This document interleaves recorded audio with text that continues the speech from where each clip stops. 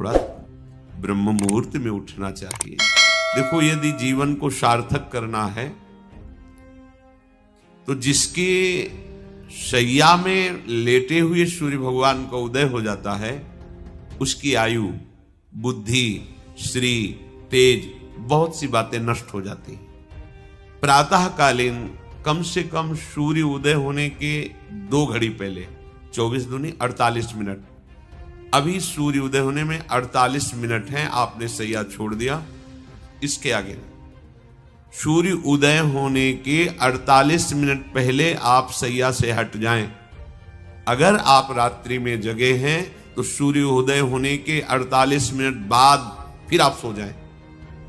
लेकिन वो जो बीच का समय, प्रातःकालीन संध्या भुवन भास्कर भगवान पधार रहे, वो आप सो रहे हो, तो आपकी आयु, आपका वैभव, आपकी बुद्धि, ये सब नष्ट होने लगती है, पता नहीं चलता। लोगों देखो कहां तेजवान चेहरे दिखाई दे रहे हैं। खूब तो सब खा पी रहे हो, खाने पीने क्या तेज एक अलग होता है, भागवतिक तेज अलग होता है। ब्रह्म मुहूर्त में उठे, प्रभु का स्मरण किया, जो 2-4 नाम ही सही, अपने बड़े बुजुर्गों को, गुरुजनों को भावना से प्रणाम किया। पहली बात, शरीर स्वस्थ रखने के लिए गरम जल किया, हल्का, आधा लीटर से 1 लीटर तक जल पिया, भगवत भाव अर्पित करके, वज्रासन में बैठकर। आप लोग दिनचर्या को नहीं करते हैं तो आप ब्रह्मचर्य को पचा नहीं सकते। ध्यान रखना, ब्रह्मचर्य कोई छोटी मोटी शक्ति नहीं है, उसको पचाने के लिए आपकी दिनचर्या दिव्य होनी चाहिए। फिर इसके बाद आप 5 मिनट 10 मिनट टहलिए, फिर सो जाइए। फिर जो शौचाचार की पवित्रता बताई गई उसके अनुसार आप स्नान आदि करके, पवित्र वस्त्र धारण करके, जैसे कोई महान व्यक्ति आ रहा है तो हम उसके आदर के लिए खड़े हो जाते हैं, ऐसे भुवन भास्कर पधार रहे, हाथ जोड़कर प्रणाम किया, अर्घ दान किया, गुरु मंत्र जपा आदि। अब पड़े हो आप कि हम तो 2-3 बजे तक जगे हैं, ऐसा अगर आप भजन में जगे हैं तो भी सूर्योदय के समय आप उठ जाएंगे। आपके गुरु आवे तो क्या आप सोते रहेंगे क्या? जो जगत गुरु हैं, भुवन भास्कर, परम ज्ञान स्वरूप हैं, गायत्री छंद रूपी घोड़े हैं इनके रथ के, स्वयं भगवान अरुण देव सारथी हैं, और भगवान पीछे वर्णन किए, मैं ही सूर्य रूप से जगत को प्रकाशित करता हूं और ताप के द्वारा जल को सोख कर मैं ही वर्षा कराता हूं। भगवान का आदर कर। अगर आप थोड़ा भी शरीर स्वस्थ रखना चाहते हैं तो जैसे नियम से भजन वैसे व्यायाम आवश्यक है। सबसे प्रार्थना है, ये दवाइयों के बल पर जीना बंद करो। शरीर में जितनी आवश्यकता जल की है, अगर उतना नहीं जाएगा तो आपकी एसिड बनेगी, फुंसियां निकलेंगी, कब्ज बनेगा, कई परेशानी। हम साधकों को कहते हैं, कभी कभी जैसे पूछते हैं कितना जल पिया, वो अभी तो पिया नहीं। अच्छा, ये शरीर है, ये एक गाड़ी है, कोई सच्चिदानंद नहीं है। उचित आहार, उचित जल, व्यायाम के लिए तो समय नहीं। और भी 10 दिन बीमार पड़ोगे, फिर देखो आप कहते हैं समय नहीं। हमने अपने बीमार स्थिति की दिनचर्या को बताया, शीत धाम की 2 बजे उठना, जो आपको बोल रहे हैं ऐसे ही दिनचर्या करते, और 45 मिनट व्यायाम, इसके बाद तुरंत प्रणाम करके वृंदावन की परिक्रमा, फिर आके श्री जी की मंगला, फिर आके 9 बजे तक गुरुदेव भगवान की सेवा में, फिर वहां से आके श्री जी का श्रृंगार, फिर भिक्षावृत्ति आदि 12-1-2 बजे तक। कोई चाय, कोई पानी, कोई ऐसा कुछ नहीं कि बाल भोग, कुछ नहीं था ही नहीं। जिंदगी में 100 ग्राम दूध नहीं खरीदा। वही गंदे भोगों को भोगना, उसी का चिंतन करना, और भोग भोगने वाले शरीर को स्वस्थ रखने के लिए विषय सामग्री इकट्ठी करना, इसके बाद मर जाना। बोलो इसके अलावा और क्या है?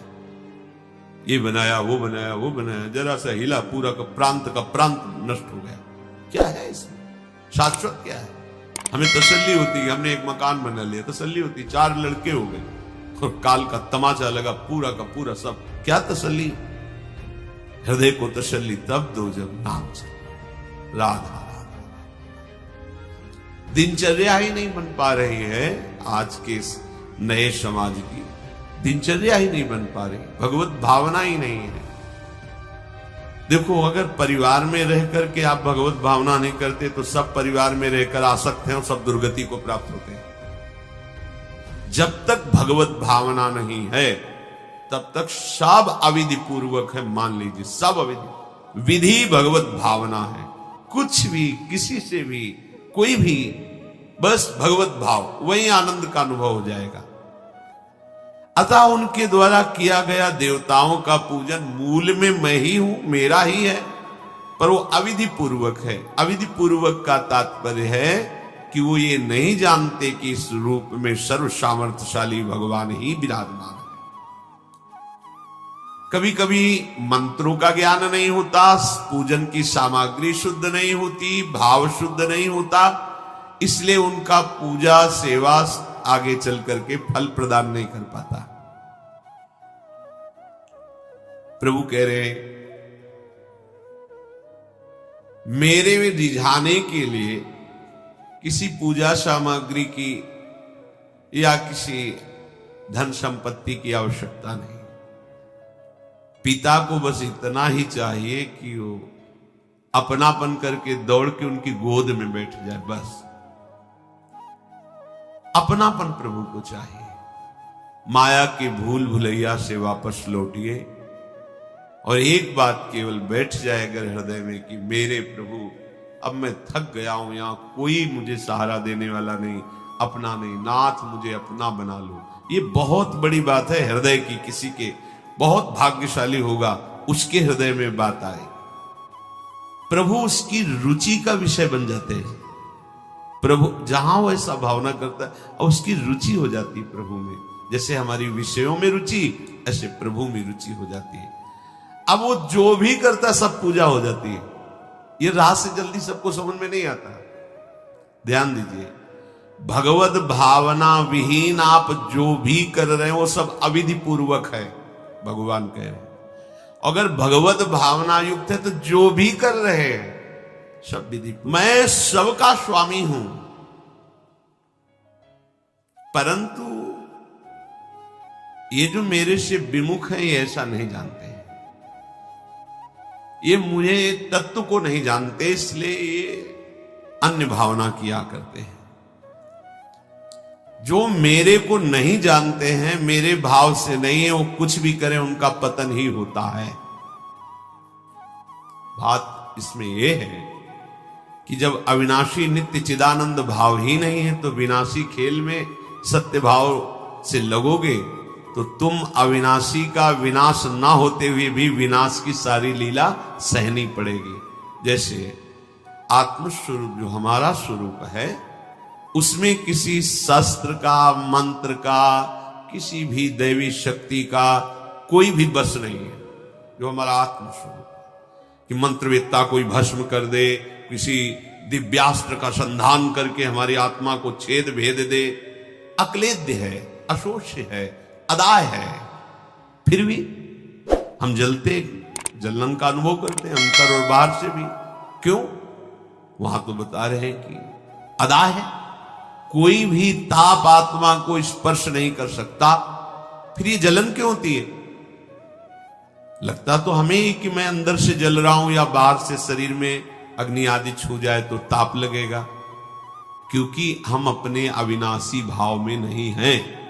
ध्यान दीजिए, अविनाशी होते हुए भी अविनाशी भाव में ना होने के कारण मुझ अविनाशी तत्व को विनाश की पूरी लीला सहनी पड़ती है, पूरे कष्ट सहने पड़ते हैं। नहीं सहने पड़ते? देखो आप, जन्म मरण मेरा थोड़ी होता है, मेरा स्वरूप नैनम छिन्नन्ति शस्त्राणि नैनम दहति पावकः न चैनम क्लेदयन्त्यापो न शोषयति मारुता, पर हो रहा है। हम जल में डूब के मर सकते हैं, हम वायु के प्रवाह में, हम नाना प्रकार के दुखों के प्रवाह में। क्या हुआ? बोले चूंकि तुम अपने अविनाशी स्वरूप भाव से बिलग हो। समझ गए? वही बात यहां श्री भगवान कह रहे हैं कि यदि तुम ये भाव नहीं समझ पा रहे कि सबका भोक्ता मैं ही हूं, सब यज्ञ, जितने भी साधन, सबका फल प्रभु ही है। मैं सबका स्वामी हूं। जो मेरे को तत्व से नहीं जानते हैं, मेरे पर भाव नहीं करते, उनका पतन ही होता है। कारण ये अविनाशी भाव ना होने के कारण, विनाशी में सत्यत्व भाव होने के कारण परिणामता कुछ हाथ नहीं लगेगा, केवल नाश ही नाश। जब हम प्रभु की तरफ चलते हैं तो उसमें प्रधानता होती किसी संत या शास्त्र के वचन। ऐसे आप चल ही नहीं सकते। कभी भी कहीं भी कोई भी प्रभु की तरफ चलेगा, पहला कदम चला होगा तो किसी न किसी संत के वचन सुने होंगे या शास्त्र के वचन, दोनों एक ही बात है। जो संत भगवंत की वाणी है वही शास्त्र है। बिना उनके वचन सुने परमार्थ का पता ही नहीं चलता है। तो जब हम प्रभु की तरफ सत्संग सुनकर चलने को होते हैं तो ये दो मुख्य बाधाएं आकर खड़ी हो जाती हैं। भोगों की भोग वृत्ति, संग्रह वृत्ति जो हमारे अंदर रही है, तो वो हमको इतना कमजोर कर देती, लगता है अगर ये चीज नहीं होगी तो हम रह नहीं पाएंगे, ऐसी ऐसी व्यवस्था होगी तो हम नहीं रह पाएंगे। बड़ा कमजोर हो गए अपने लोग। हाँ, ऐसा होना चाहिए, ऐसा होना चाहिए, ऐसा होना चाहिए। भोगों का भोक्ता और भोगों के संग्रह युक्त स्वामी भाव। मेरे पास इतनी खेती, इतना बैंक बैलेंस, इतना परिवार, ऐसा ऐसा, और देखो हमारी दिनचर्या में ऐसा चलता है, हम ये खाते रहे, ऐसे करते रहे, ऐसे, और ये सब होता रहा है। अगर हमें भजन मार्ग में ये सुविधा चाहिए, ऐसा ऐसा। इतना कमजोर हो गया है मनुष्य कि वो भोगों की भोगने की वृत्ति और भोगों के संग्रह करने की वृत्ति और भोक्ता और संग्रहित वस्तु का स्वामी मैं, ऐसा, ये पहली परमार्थ में बाधा वृत्ति है। और ये प्रायः हम सब बड़ी खुशी से बाधा लिए चल रहे हैं।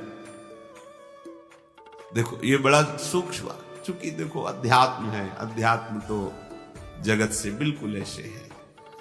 कोई बड़े भाग्यशाली जन होते हैं जो सुनना चाहते हैं, उनसे भी बड़े भाग्यशाली जन होते हैं जो चलना चाहते हैं, उनसे भी बड़े भाग्यशाली जन जो चल रहे हैं, उनसे भी बड़े भाग्यशाली हैं जो महत्व रखकर चलते हुए उसका अनुभव कर रहे हैं।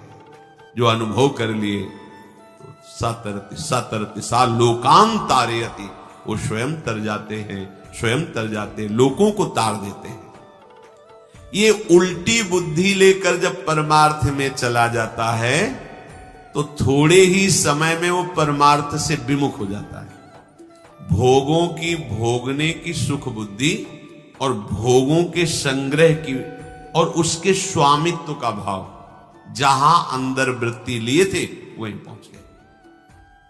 ऐसे पूरा जीवन करने पर भी परमार्थ पथ नहीं मिलता और कहने लगते कि मैं 50 वर्ष हो गए परमार्थ में चलते। ये बात समझ लेना, परमार्थ पथ एक कदम भी चलोगे तो तुम्हें इतना स्वस्थ और मजबूत बना देगा कि तुम्हें कोई परास्त नहीं। एक कदम, अरे किसी भी भाव से हमारे प्रभु से जुड़ जाए तो इच्छा द्वेष द्वंद्वों से वो मुक्त हो जाए।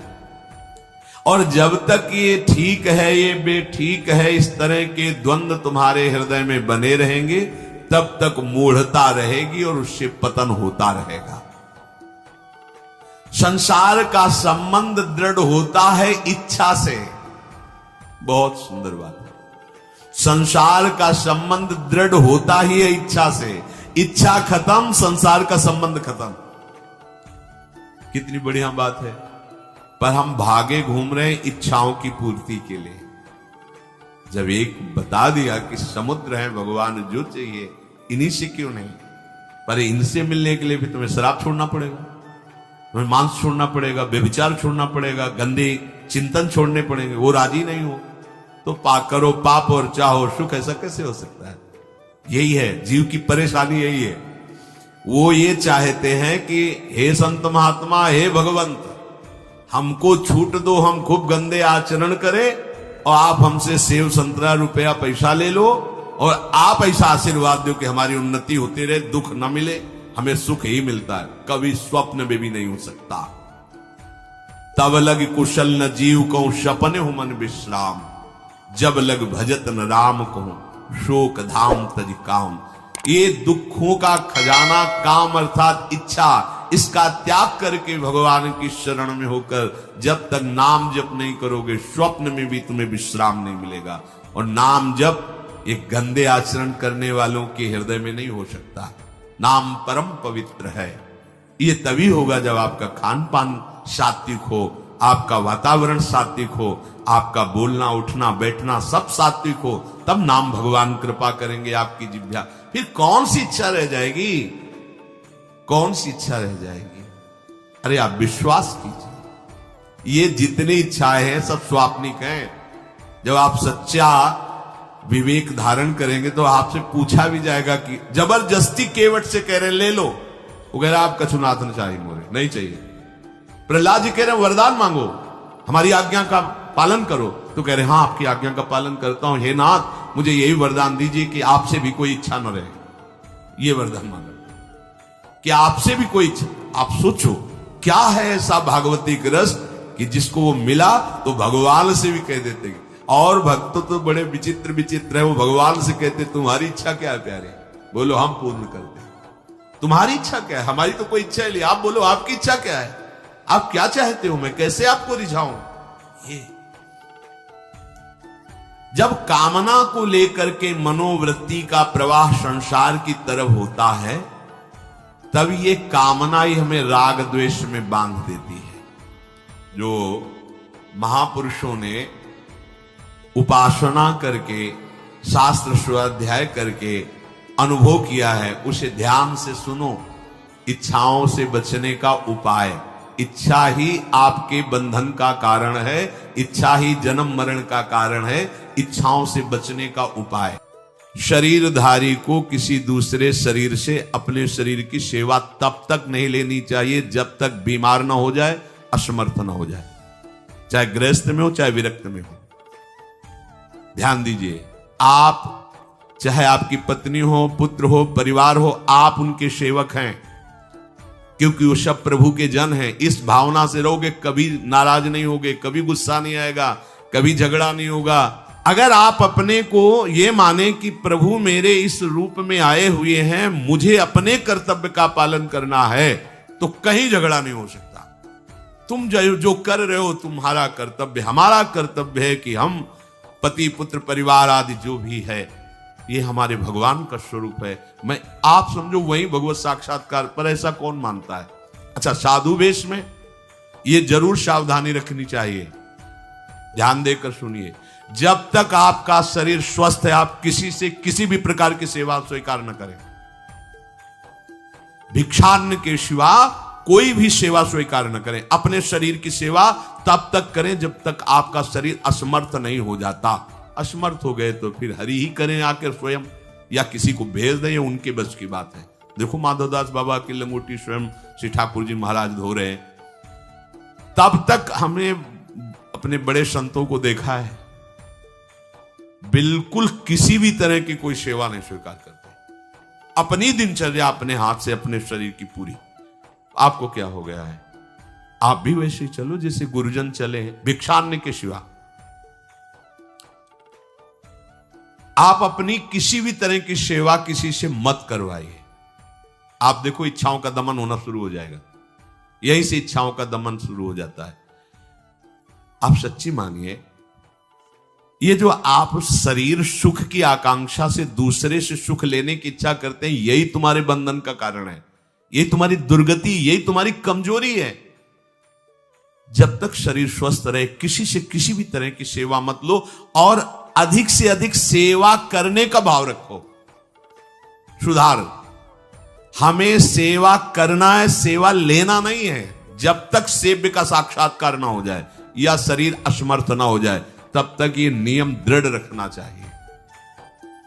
गुरुजनों को भी देखा, श्री जी की सेवा कर दो, रसोई के से बाहर, शरीर सेवा में कभी भी, कभी धोखे से ऐसे वस्त्र आदि रह गए और महाराज जी उन पर धो के जल्दी से फैला दिया तो भी डांट लगी, ऐसा क्यों किया?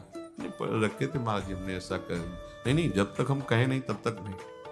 आज भी सरकार अपने ही हाथ से श्री जी को भोग लगा के ही, साहब हैं पर वो अपने ही हाथ से 2 रोटी भोग बना के। देखो बुजुर्ग संतों को, बड़े महापुरुषों को हमने देखा है अपने शरीर, जब तक शरीर में सामर्थ्य है तब तक, ये महापुरुषों का आदेश है, अपना काम स्वयं करने में लाज बड़प्पन तजो तमाम। अपना काम करने के लिए आप किसी को भी आदेश मत करें, किसी की भी सेवा स्वीकार न करें। हाँ हमें भूख लगेगी तो रोटी मांग लेंगे जाकर के, क्या जरूरत है हमें किसी की सेवा स्वीकार करने की? मांगो, खाओ, खूब भजन करो, सत्संग करो, कम खर्चे वाला जीवन रखो। जरूरत क्या है? जो जरूरत है गली चलते दे देंगे भगवान, विश्वास करो, गली चलते दे देंगे। विरक्त गृहस्थ धर्म पूर्वक कमाओ, जितनी आवश्यकता प्रभु दे देंगे। ऐसा कोई त्रिभुवन में नहीं जिसकी आवश्यकता की पूर्ति न होती हो। अनावश्यक तुम्हारी मांगे जो हैं वही तुम्हें दुख दे रही हैं। आवश्यक व्यवस्था सबको भगवान दिए हुई है, अनावश्यक मांग के लिए तुम्हें फिर फंसना होगा। ये तुम्हारी अनावश्यक मांगे हैं, ये हो जाए वो हो जाए वो, जो आपको जीवन जीने के लिए जरूरी है, धर्म पालन के लिए जरूरी, वो बिना मांगे भगवान दे रहे सबको। देख लो, हाँ आप कि भाई हमको उस परिकर में रहना है, उस कोर्ट से रहना है, वो सब वीआईपी, हमको भी उस कोर्ट का, ये मांगे हैं तुम्हारी। तुम्हारा प्रारब्ध जितना है उतना तुम्हें मिलेगा, जो आवश्यक है वो तुम्हें मिलेगा। अनावश्यक मांगे करोगे फंसोगे, अधर्म में कूदना पड़ेगा तुम्हें। क्यों रखते हो झूठी शान? तुम्हारी सेवा के लिए तुम्हारे पास हाथ है, तुम्हारे चरण है, तुम्हें बुद्धि दी है, दूसरे से क्यों सेवा स्वीकार करते हो?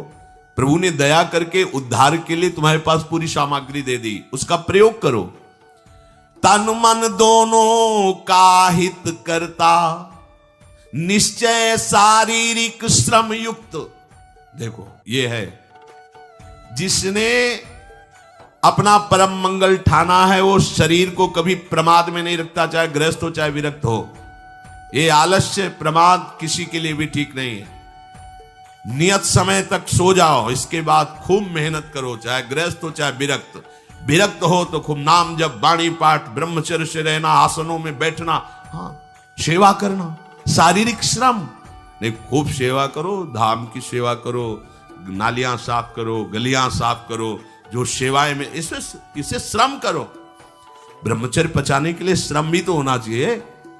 श्री जी की प्राप्ति के लिए मन वचन कर्म से श्री जी के चरणों का आश्रय लेकर के जितना आप अन्न डालते हो उतना आप इसका प्रयोग करो शरीर का। इससे ममता मत रखो।